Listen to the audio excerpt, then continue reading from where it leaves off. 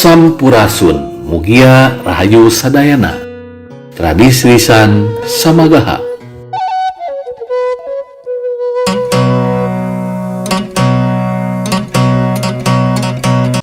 Mitologi Sunda nyaeta bentuk sastra anu didongengkeun di masyarakat Sunda. Mitologi salah sahiji wujud kepercayaan masyarakat nu jadi kebiasaan mangrupa carita kolot anu diwariskeun ka anak incuna. Carita ieu disebutna pitutur tradisi lisan, mangrupa salah sahiji objek pemajuan kebudayaan di Kabupaten Bandung Barat.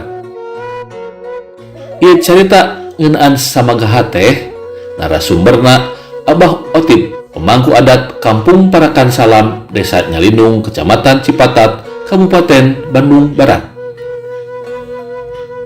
Samangsa ayana samagaha bulan, masyarakat Sunda baheula sok mere tanggara tatakolan naon wae alat nu aya bisa nyora ditakol.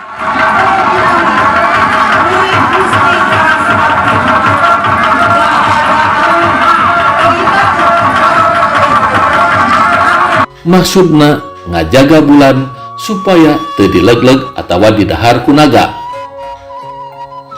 Akibat lobana sora tatakolan nu rame di dunya, akhirna eta bulan ku naga diutahkeun deui.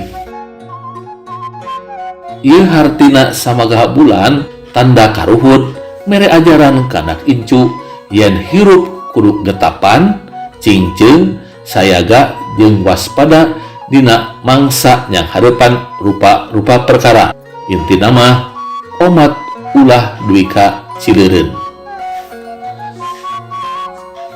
Mun samagaha panon poe sarua oge masyarakat Sunda sok rame tatakolan majarkeun panon poe keur kawin jeung bulan. Ramena tatakolan teh milu ngareah-ruah sangkan tereh puka.